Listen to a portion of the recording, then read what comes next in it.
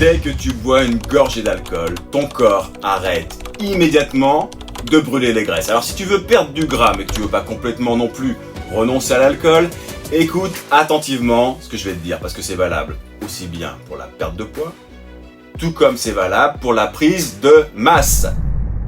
Je m'appelle Romaric et j'ai déjà aidé plus de 2600 personnes depuis plus de 20 ans à se transformer physiquement et mentalement. Alors abonne-toi pour pas louper les prochains conseils qui pourraient complètement changer ta vie. Je te disais donc, à la seconde même où une goutte d'alcool pénètre dans ton organisme, il y a un truc de fou qui se produit.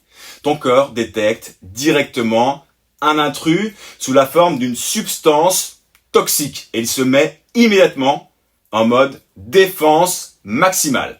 Ce qui se passe réellement dans ton corps à ce moment-là, c'est que ton foie devient le héros de l'histoire. Sa mission prioritaire, filtrer ce poison au plus vite. Et devine quoi? Pendant tout ce temps-là, le processus de brûlage des graisses, il est totalement mis en stand-by. Genre ton corps, il se dit, il a vraiment mieux à faire que de te rendre beau gosse pour l'été. Tu vois ce que je veux dire?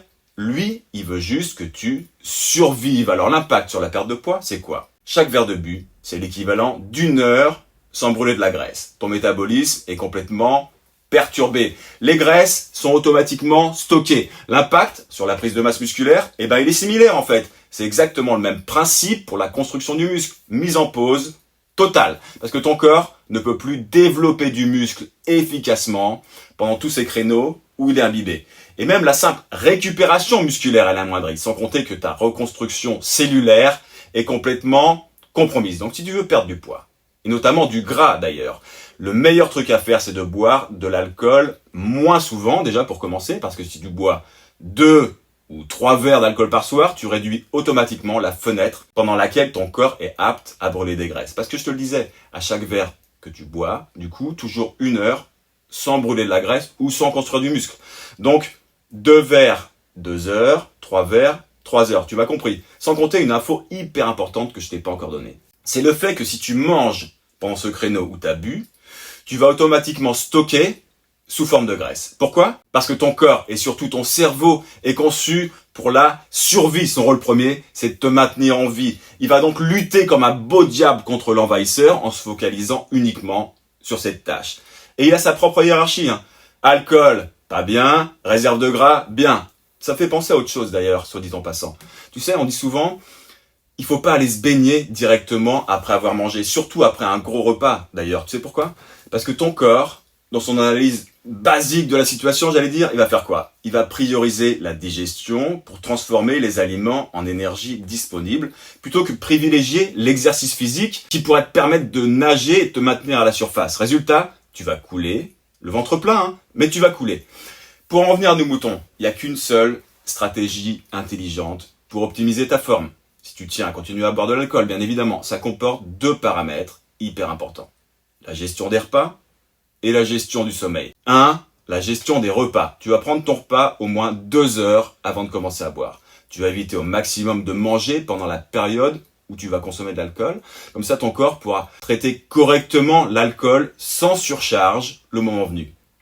Et 2, c'est la gestion du sommeil. Tu vas arrêter de boire au minimum 3 heures avant de te coucher. Et ça va vraiment améliorer la qualité de ton sommeil. Et ça va te permettre de réguler les hormones de la faim, à savoir la leptine et la gréline.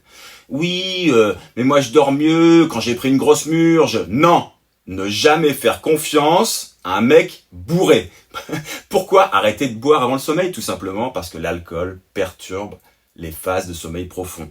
En l'éliminant plus tôt, ça te garantit un meilleur repos, une meilleure optimisation de ton métabolisme et aussi une réduction des fringales nocturnes parce que c'est ça aussi le piège des soirées bien arrosées. Après avoir bu, t'as souvent une envie irrésistible de manger gras et sucré, pas vrai? Si tu me dis non pour la 2e fois, c'est que t'es vraiment décidément un menteur.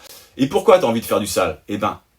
Ça aussi, c'est pas non plus le fruit du hasard. L'alcool, ça va provoquer des déséquilibres hormonaux qui vont augmenter ta faim. Et comme un malheur n'arrive jamais seul, tout particulièrement pour les aliments les moins recommandés. Parce qu'on va se dire les choses.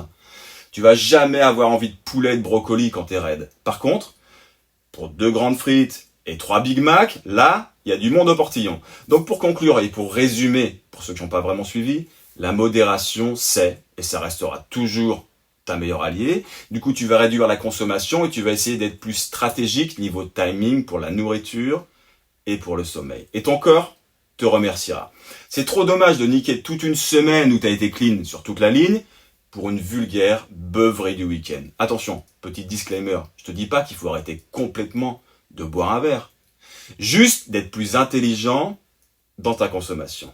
À la tienne, santé. Et si tu veux être accompagné pour transformer ta vie, pour perdre du poids, pour prendre du muscle, pour te refaire une santé, justement, aussi bien physique que mentale, pour vraiment améliorer ton hygiène de vie et pour adopter des bonnes habitudes que tu vas garder à vie, écris-moi GO en commentaire et on va s'occuper de ça, fissa.